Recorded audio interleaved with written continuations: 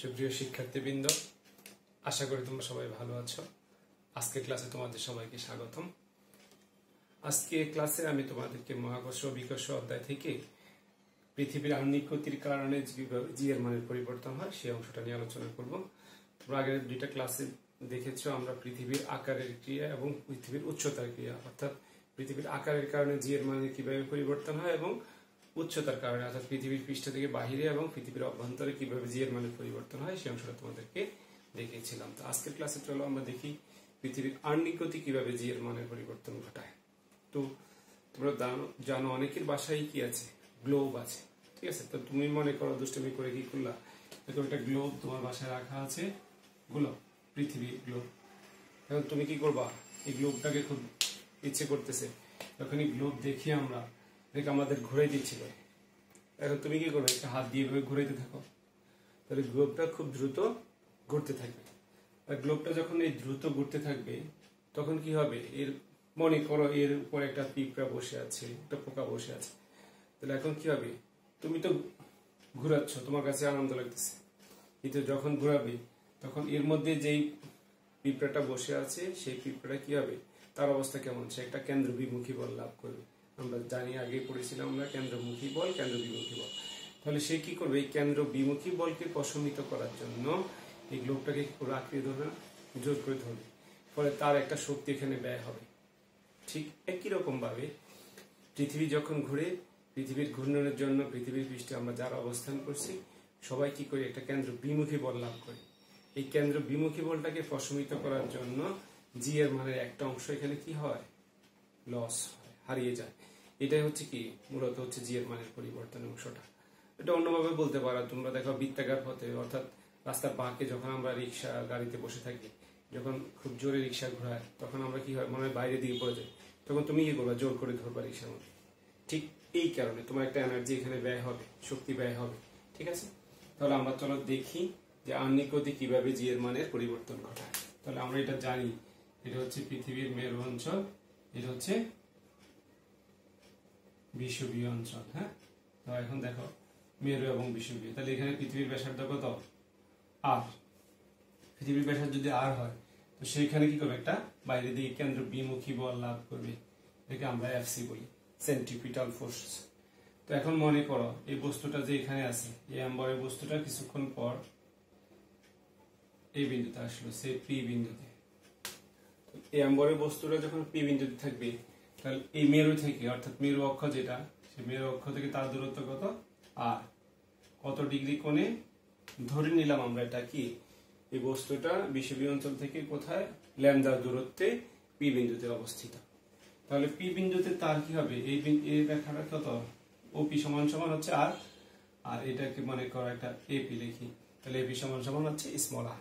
তাহলে এই বস্তুটা বাহিরের দিকে তার কেন্দ্র বিমুখী বলটা কত হবে, এই এফসি এর মানটা এখানে কত হবে, m V square by small r. এখন দেখো সেখানে কত ডিগ্রি কোণে আছে, ল্যামডা, তো এটা কত হবে, এফসি কস ল্যামডা। তাহলে অ্যাকচুয়ালি এখানে এই পি বিন্দুতে কার্যকর বল কতটুকু, অর্থাৎ বাইরের দিকে বল কতটুকু, বাইরের দিকে কেন্দ্র বিমুখী বল হচ্ছে এফসি কস ল্যামডা। তো এখানে আমরা লিখতে পারি পি বিন্দুতে কেন্দ্র বিমুখী বল ইকুয়াল টু কত ছিল, এফসি কস ল্যামডা। এখন দেখো এফসি মানে কত বললাম আমরা, M V square by R into cos lambda. তাহলে ভি ইকুয়াল টু আমরা আবার জানি ওমেগা আর, তাহলে এটাকে লেখা যায় এম ওমেগা স্কয়ার আর ইন্টু কস ল্যামডা। কিন্তু আবার এখানে দেখো কস ল্যামডা সমান সমান small R by capital R, তাহলে এই ত্রিভুজটা থেকে, ঠিক আছে, এটা তো ল্যামডা, তাহলে r equal to r into cos lambda. Okay, তাহলে এই আর মানটা এখানে বসাই, কত হবে, এম ওমেগা স্কয়ার আর ইন্টু কস স্কয়ার ল্যামডা। এই বলটা কোথায়, দেখো এই বলটা হচ্ছে, এটাকে আমরা এফ প্রাইম লিখি। হ্যাঁ, তাহলে এফ প্রাইম ইকুয়াল টু কত, M omega square R cos square lambda. অর্থাৎ পি বিন্দুতে পৃথিবীর বাহিরের দিকে, অর্থাৎ বস্তু পৃথিবীর ঘূর্ণনের কারণে এই বস্তুটা কি করবে, পি বিন্দুতে বাহিরের দিকে কতটুকু কেন্দ্রমুখী বল লাভ করবে, এই পরিমাণ কেন্দ্রমুখী বল লাভ করবে। তাহলে পি বিন্দুতে কার্যকর বল কতটুকু হবে? তো দেখি আমরা পি বিন্দুতে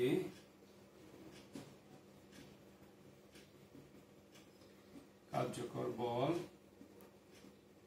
এফ ল্যামডা সমান সমান এফ মাইনাস এফ প্রাইম, এতটুকু হবে না?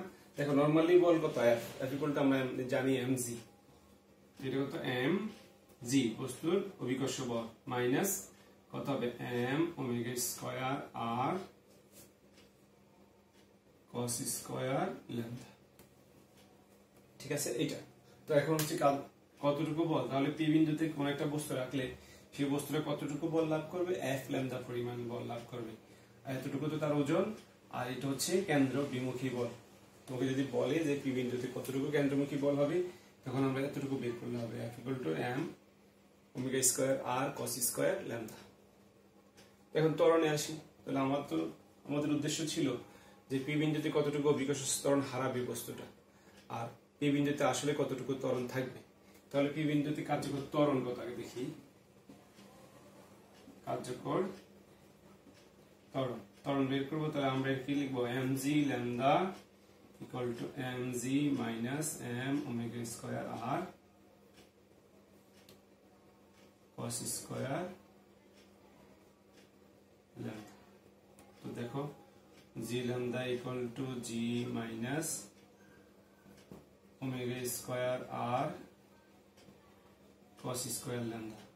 এই যে সমীকরণটা পাইছি, দেখো এই G lambda equal to P, G lambda আসলে যে পি বিন্দুতে কার্যকর ত্বরণ, অর্থাৎ যে বিন্দুতে বস্তুটা এতটুকু ত্বরণ লাভ করবে আর কতটুকু ত্বরণ হারাবে, হারাবে কতটুকু?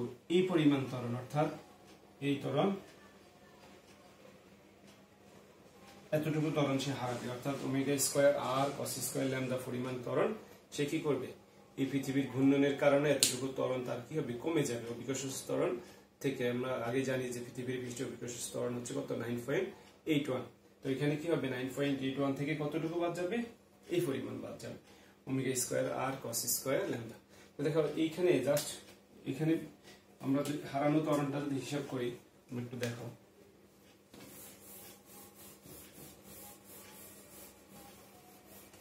এখানে, তাহলে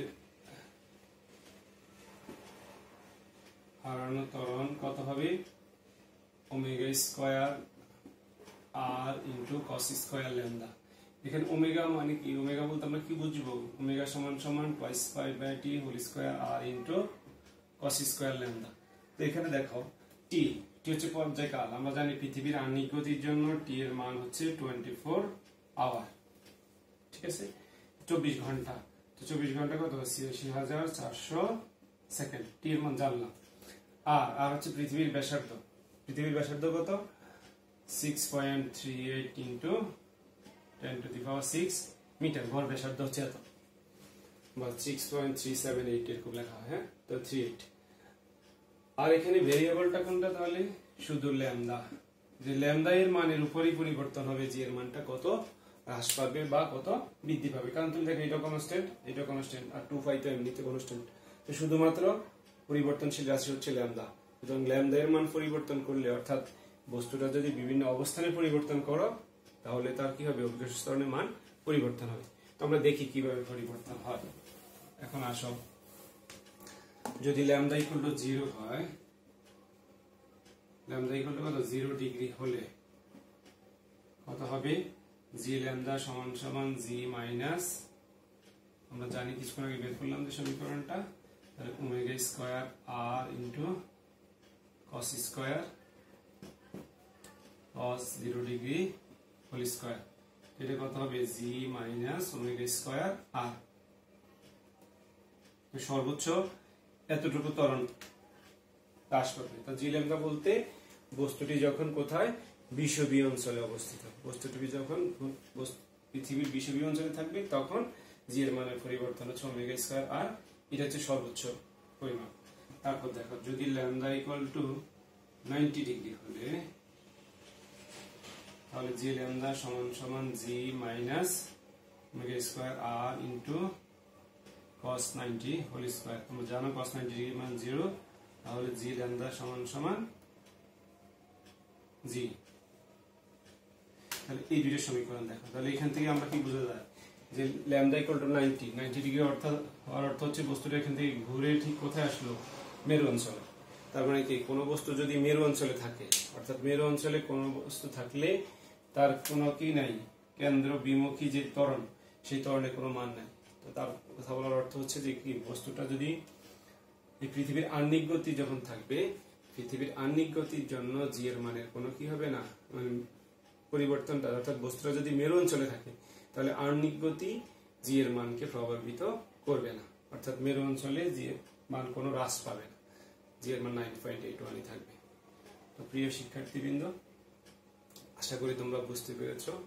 তো আজকের ক্লাস এই পর্যন্তই। তোমরা সবাই ভালো থাকো, সুস্থ থাকো, তোমাদের সবাইকে ধন্যবাদ।